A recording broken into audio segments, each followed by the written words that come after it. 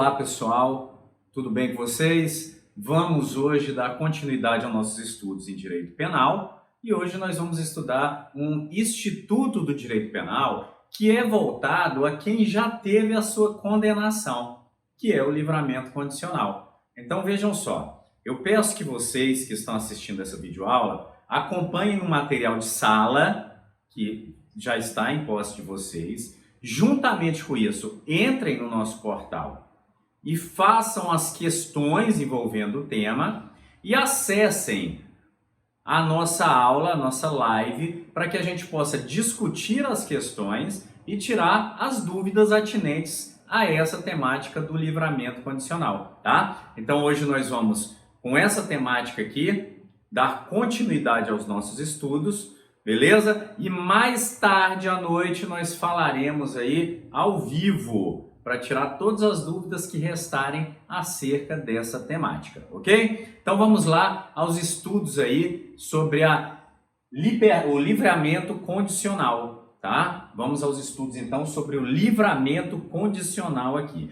Primeiro, eu fiz uma repartição da conceituação do que é o livramento condicional. E olha só, primeiro, é um instituto que vai antecipar a liberdade de quem teve uma pena restritiva, uma pena privativa de liberdade. Então, é um instituto que antecipa a liberdade para quem teve uma pena privativa de liberdade, ok? Então, ele vai antecipar, tá? Ele reduz o tempo de encarceramento, então. A ideia desse instituto é reduzir o tempo de encarceramento. Só que a redução é de forma precária, porque quem tem o benefício, o egresso, ele vai ter que atender a alguns requisitos. Então a gente fala que é de forma precária, porque a liberdade ainda não é a liberdade definitiva. É uma liberdade precária, é uma liberdade condicionada a alguns requisitos que vão, em maior ou menor grau, reduzir a liberdade também, tá? Mas de forma mais benéfica do que a pena privativa de liberdade, tá? É concedido somente, então, a quem foi condenado por pena privativa de liberdade, não sendo cabível para quem teve a pena privativa substituída por uma restritiva de direitos, por exemplo, ou para quem teve pena de multa, claro, porque seria uma restrição maior de sua liberdade. E o livramento condicional é um benefício, tá? Ele é condicionado a requisitos e a aceitação dessas condições. Então tem uma série de requisitos, objetivos, subjetivos e condicionantes. E depende da aceitação. Porque pode ser que o apenado, o reeducando ou o preso, tá? Ele queira cumprir a sua pena privativa de liberdade também. Então, como é um direito subjetivo, é direito do preso optar ou não, quando assim fizer jus ao benefício. Olha só, para que serve esse benefício do livramento condicional? É uma parte da ideia do sistema progressivo de pena ou da individualização, é um desdobramento da individualização da pena que é previsto como uma garantia constitucional. Então vejam, a pena, nós já falamos disso, a pena, ela sofre a sua primeira individualização na proporcionalidade entre a pena e o crime. É a proporcionalidade e a individualização legislativa. Depois vem na aplicação da pena, na dosimetria. E depois, em uma terceira etapa, na execução da pena, porque vai depender do comportamento do preso. Então, o comportamento, a individualização do comportamento mostra, em maior ou menor grau, a capacidade de ressocialização que o preso já adquiriu, tá? E a possibilidade de reingresso social. Porque, ao fim e ao cabo, o interesse efetivo da pena, como política social, é o recondicionamento de alguém que desviou de uma conduta socialmente prevista ou socialmente aceita. Então, reconduzir a pessoa à normalidade social, até porque nós não temos penas de prisão perpétua no Brasil, ok? Então, nesse sentido, é parte de um projeto de política criminal. É exatamente essa política de tentar retirar a pessoa do cárcere e levá-la ao convívio social para verificar se ela está apta a estar de volta ao convívio da sociedade. E olha só, busca verificar o grau de ressocialização do criminoso. Porque pensem comigo, olha só, não é possível, a priori, que nós consigamos conceber qual o grau de ressocialização de alguém se ele está num ambiente dissocializado.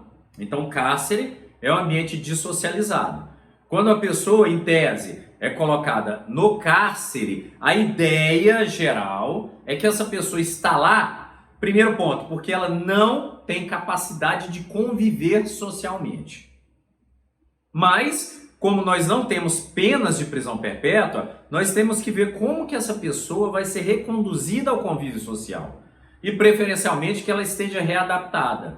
Então, segundo a nossa exposição de motivos do Código de 1940, olha só, colocando a pessoa em contato com o meio social, com algumas condicionantes e com a efetiva fiscalização, nós conseguimos ver no ambiente social se efetivamente a pessoa está ressocializada.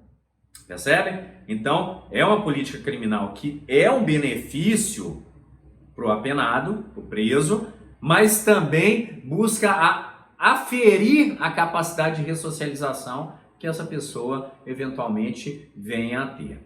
E qual que é a natureza jurídica do Instituto? Então vamos lá. E aí a gente completa a conceitualização do que é, tá? Então olha só, é uma medida de restrição à liberdade.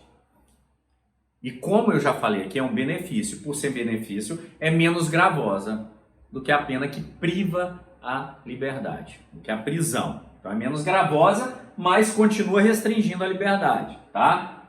É um direito subjetivo do condenado, então cumpridos os requisitos que nós vamos ver aqui, torna-se um direito subjetivo ao condenado, tá? E é um estágio de cumprimento da pena no regime de progressividade. Então olha só, somando-se esses elementos, esses fragmentos que eu coloquei aqui, nós temos a natureza jurídica do nosso instituto. E olha só, esse instituto ele é concedido através de uma decisão judicial, uma decisão tomada pelo juiz de execução, que é quem acompanha essa progressividade, essa individualização da execução da pena, aferindo uma série de itens. Dentre eles, para mim, o essencial, a verificação da possibilidade de ressocialização ou do grau de ressocialização que o apenado atingiu, tá? Então, olha só, primeiro é concedida, há uma sentença de concessão, tá? Eu prefiro uma decisão de concessão, tá? De posse, depois de feita, é remetida ao presidente do Conselho Penitenciário. E olha, ele vai marcar uma cerimônia que vai ser realizada no interior do estabelecimento onde o preso vai ter a concessão do benefício. E ela vai ser lida em frente aos demais presos. E isso é importante, veja só. Porque nós temos ali uma série de requisitos subjetivos, como por exemplo o bom comportamento. E a medida, ela também serve de demonstração aos outros que, seguindo um regime correto carcerário, a pessoa conseguirá atingir também esse benefício. Então, olha só, tem um efeito geral também, tem um efeito demonstrativo para, através do behaviorismo, né, do estímulo positivo, aí, incentivar que outros presos busquem também atingir este benefício, tá? É apontada, olha só, é apontada na cerimônia as condições que foram decididas, nós vamos ver aqui, as condições legais e as condições judiciais que foram decididas, e olha, é dado direito ao preso de aceitar ou não. Então é um direito do preso também em aceitar ou não diante das condições, tá? E é explicado é explicado também o que acontece caso não sejam seguidas aí as condições, tá? Em aceitando, é posto imediatamente em liberdade.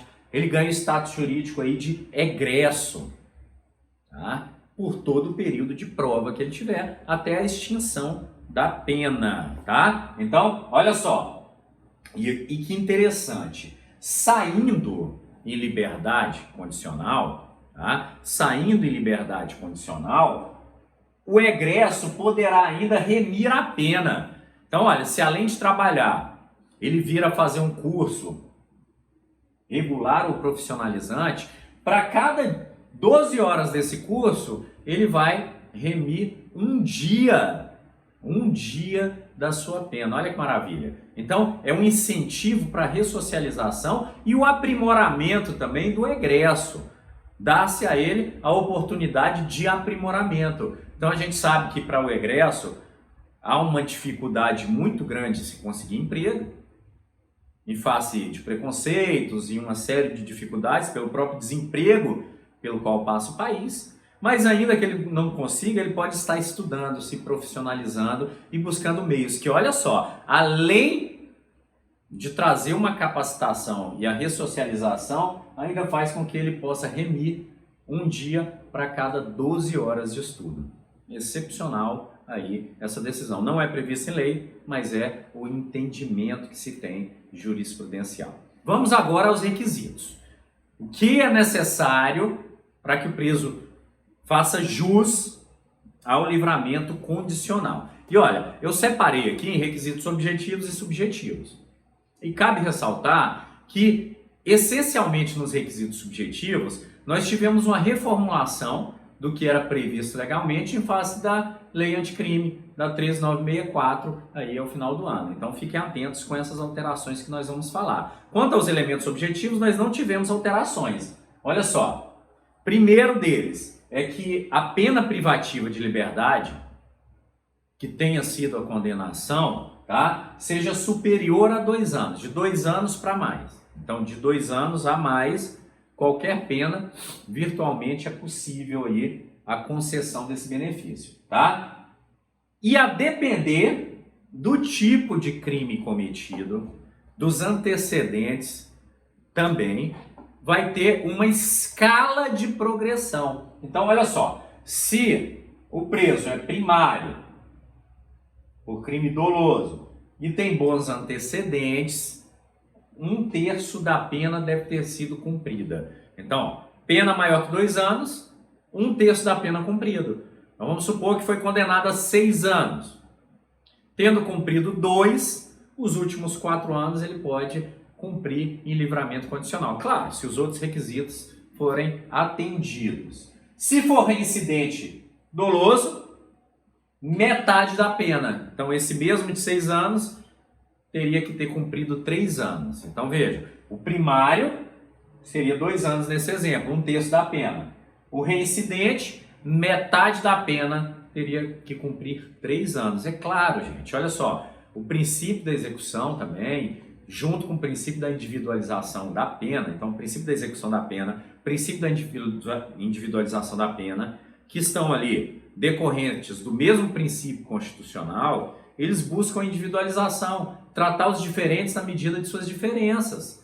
Esse é o princípio da igualdade material e não só formal. Certamente, um reincidente, ele tem que ter um cumprimento maior da pena do que aquele que é a primeira vez que entra no sistema prisional, a primeira vez que é condenado por um crime, tá? Então tem que ser tratado de formas diferentes, porque senão seria injusto com quem pela primeira vez comete um crime. Temos mais, olha só, para primário em crime hediondo, tráfico de drogas e de pessoas, tortura e terrorismo, deve-se cumprir 2/3 da pena.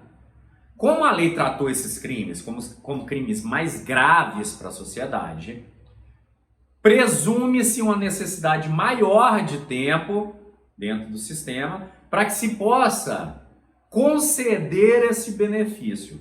Então, 2/3 da pena. Então, olha só, o primário específico. E olha só, a reincidência em qualquer um desses crimes, ele impede a concessão do benefício. Então é só para o primário. Olha, existem 3 correntes.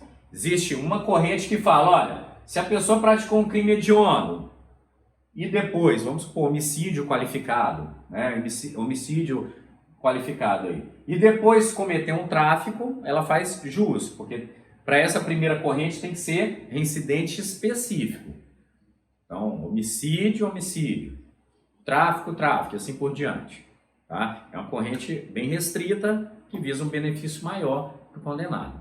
Tá? O meu entendimento, o entendimento que eu estou seguindo aqui, e que entendo ser o entendimento majoritário, o NUT também segue e outros doutrinadores, é que a reincidência é relativa a qualquer um dos crimes. Então veja só, se a pessoa praticou tortura, foi preso e reincidiu em qualquer crime hediondo da Lei 8.072, ele é um reincidente que impede a concessão do benefício. Então, como o dispositivo é único, elencando quais crimes que considera mais gravoso, o meu entendimento, e o entendimento de grande parte da doutrina, é que a reincidência em qualquer desses crimes, ainda que de forma alternada, impede a concessão do benefício. Tá? Primário, com maus antecedentes, há uma lacuna, não há previsão nos incisos. Tá? Não tendo previsão, há um entendimento, no nosso entender mais razoável, de que metade da pena tem que ser cumprida. Olha só, por quê? Porque em alguns, olha, como 1/3 da pena, tem requisitos cumulativos. Então joga-se no requisito único aqui do reincidente. Então, primário, com maus antecedentes, nós temos aí a metade da pena a ser cumprida. Esses aqui são os requisitos objetivos. Os requisitos subjetivos, por sua vez, foram os que foram alterados, que eu já falei, com a lei anticrime, com o pacote anticrime. E olha só, antes, o primeiro a ser alterado é esse aqui. O primeiro que foi alterado é esse aqui. Antes tinha-se a necessidade de comportamento satisfatório.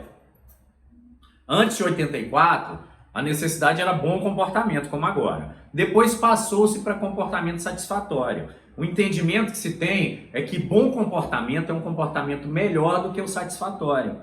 Então, no comportamento anterior, satisfatório, seria possível a concessão com algumas faltas leves.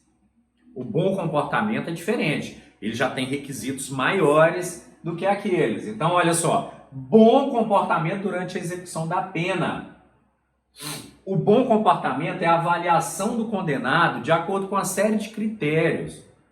E ele é feito pelo diretor da unidade prisional, que é quem vai determinar, olha só, autodisciplina, senso de responsabilidade, participação em atividades de integração e assim por diante. Então, o bom comportamento é um conjunto subjetivo que tem relação à forma como o preso se comporta dentro do sistema. E isso vai ser passado por quem tem o conhecimento, quem está lá dentro, tá, do sistema. Olha só. Antes aqui, eu frisei, exigia-se um comportamento satisfatório, agora endureceu-se o requisito. Próximo requisito, não cometimento de falta grave durante os últimos 12 meses. E isso aqui mudou essencialmente. Tanto é que nós tínhamos uma súmula, a 441 do STJ, que previa, olha só, que a falta grave não interromperia o prazo para a concessão do benefício. Por quê? Não havia previsão legal. Então, quando o juiz da execução deixava de conceder o benefício por conta de falta grave, várias ações foram chegando até o STJ e ele simulou um entendimento, o tribunal simulou um entendimento de que, por não haver previsão na lei, não poderia prejudicar na concessão do benefício. Agora há uma previsão expressa, veja só. Alteração legislativa. Há uma norma expressa que fala, existindo falta grave nos últimos 12 meses, não é possível a concessão. E aí o que vai acontecer? Vai ter que esperar mais 12 meses, se os outros requisitos estiverem satisfeitos. Então a falta grave agora impede e nós vamos ter, evidentemente, uma superação da súmula 441 do STJ, por conta da alteração legislativa que nós tivemos aqui, ok? Vamos lá, bom desempenho em trabalho atribuído, já existia, apesar de ter sido separado em várias alíneas, tá? Já existia essa previsão, tá? Esse critério aqui ele só é utilizado quando o sistema permite trabalho.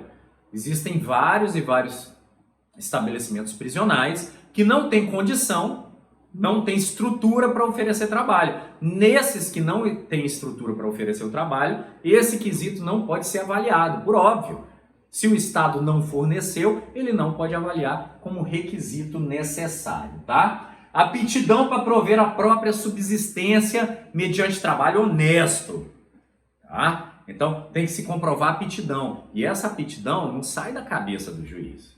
Tem que se ter uma ficha, gente. Tem que ser uma ficha, um parecer da comissão técnica ou um exame criminológico para se verificar, gente, se há condições, e claro, é um exame de prognose, de antecipação, se há condições dessa pessoa, tá, conseguir um emprego, conseguir se socializar no nível laborativo. É uma previsão também. Isso aqui não significa que a pessoa só sai se tiver uma indicação de trabalho, não. Isso aqui não. Seria pedir demais, não é? Na condição ainda mais atual do Brasil, seria uma dificuldade extremada a ser imposta, quase um impedimento aí à concessão do benefício, tá? Para condenados a crime doloso com violência ou grave ameaça à pessoa, nós temos mais um requisito. Então esse requisito aqui são para condenados a crime doloso com violência ou grave ameaça contra a pessoa. Aos demais não vai ser aplicado. Então olha só, tem que ser demonstrado por condições que não tornará a delinquir. E aí é quase ter uma bola de cristal, vocês podem pensar, mas não é bem isso, tá? É um exame, tá? É um exame de prognose, é um juízo de personalidade, de periculosidade, tá? Por meio de elementos criminológicos. Então, uma série de elementos vão ser coligados para que se tentar fazer uma prognose, uma previsão de possibilidade, tá? Então, é uma avaliação de fato de periculosidade, para se verificar se a soltura na sociedade não vai trazer riscos. Então, é analisado o perfil, então, psicológico e uma série de outras análises a serem realizadas, ok? Essencialmente, o mapa psicológico da pessoa, tá? Então, é um exame criminológico de eminência psicológica. Então, isso tem que ser subsidiado ao juiz, senão ele não pode avaliar, tá? Condições obrigatórias, ok. Verificado se há o direito, o juiz vai determinar as condições. Algumas são obrigatórias, previstas em lei, e outras são facultativas, que são chamadas as condições judiciais, que o juiz poderá impor. Poderá impor. Essas aqui ele deverá impor. Então vamos ver qual é. Primeira, obtenção de ocupação lícita. Olha só, vai ser dado um prazo razoável para que se procure uma ocupação lícita.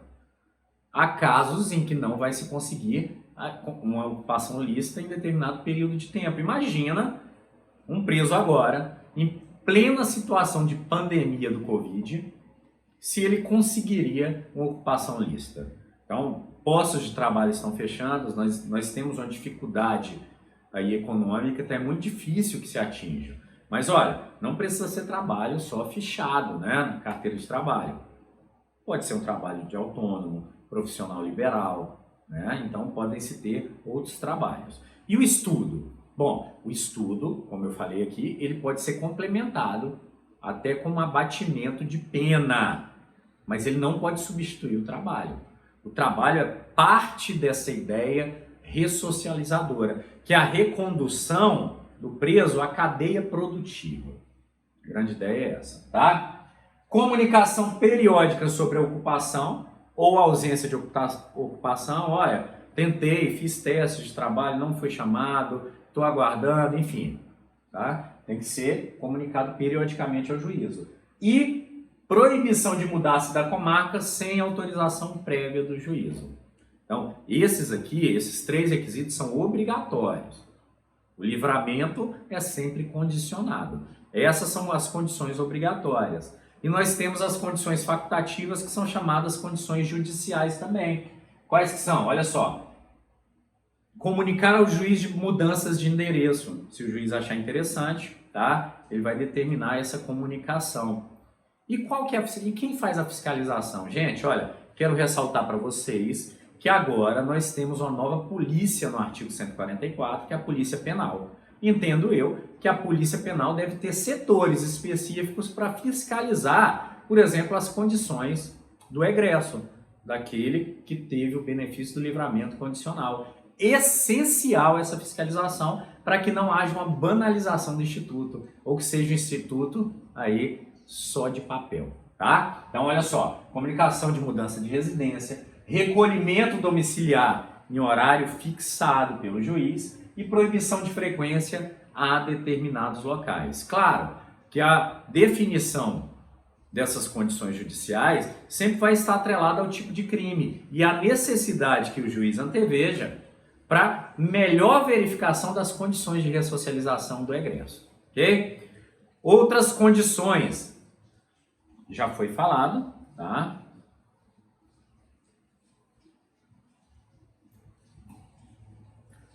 A revogação. Gente, concedido o benefício, através daquela cerimônia que a gente falou lá no começo, é verificado sobre a aceitação ou não do preso pelas condições afixadas e é alertado sobre o não cumprimento e o que pode acarretar. Então, em alguns casos nós vamos ter a revogação como obrigatória, em outros casos a revogação vai ser facultativa. Quando que nós vamos ter a revogação obrigatória? Olha só, quando for cometido um crime durante a vigência do benefício.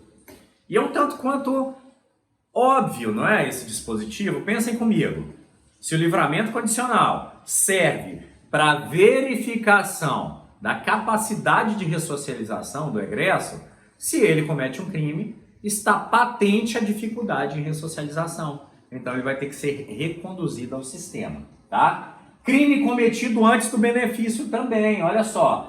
Nesse caso, se a soma das penas tornar o livramento incompatível, de acordo com o quê? Com os critérios de cálculo.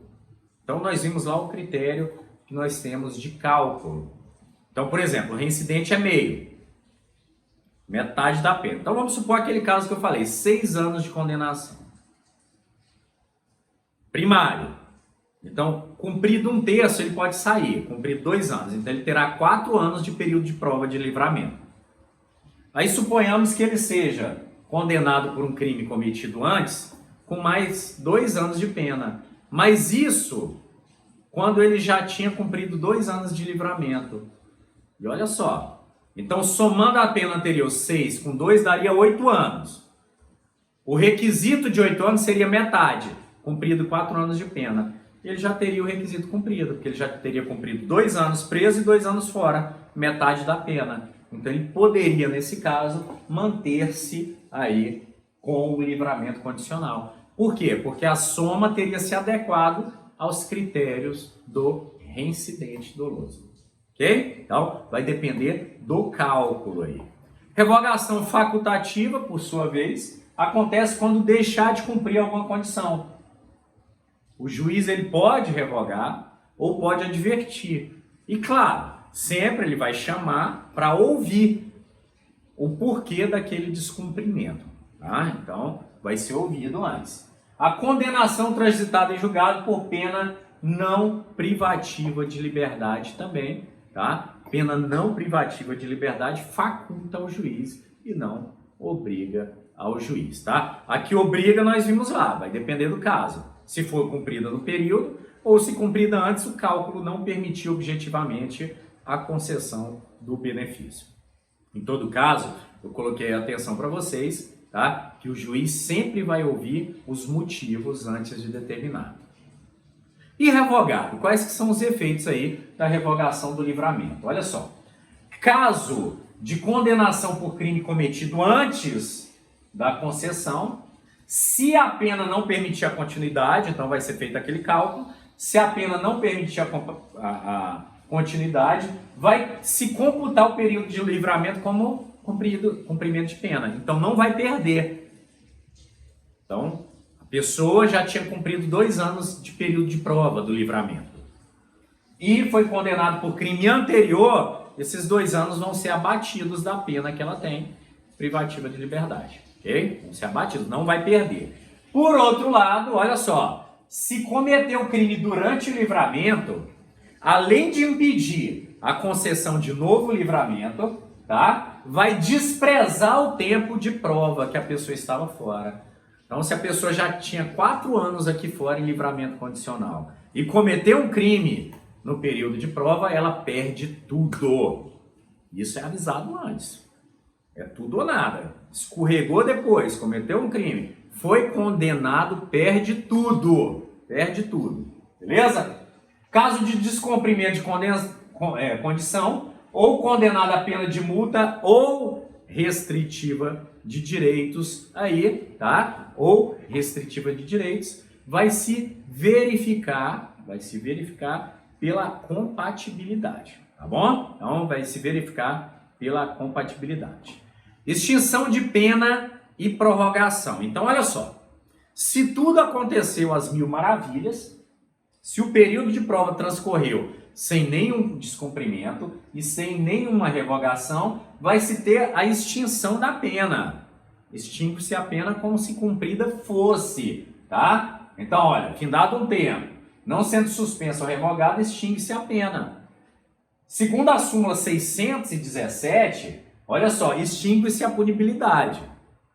Então, há uma diferença entre a extinção da pena por seu cumprimento e a extinção da punibilidade. Mas a súmula 617, olha o que ela fala. A ausência de suspensão ou revogação antes do término do período de prova enseja a extinção da punibilidade pelo integral cumprimento da pena. Então, cumprida a pena, extingue-se a pena, ou, nos termos aí que o STJ colocou, extingue-se a punibilidade. Por outro lado, há a possibilidade de ampliar o tempo, prorrogar o tempo do livramento condicional, para além daquele estipulado inicialmente, nos casos, gente, que exista processo em curso. Então, vejam, existindo processo em curso, vai se aguardar para verificar se condenado vai ser. Por quê? Porque nós vamos ter consequências diferentes, não é? A pessoa vai poder perder aquele tempo ou não.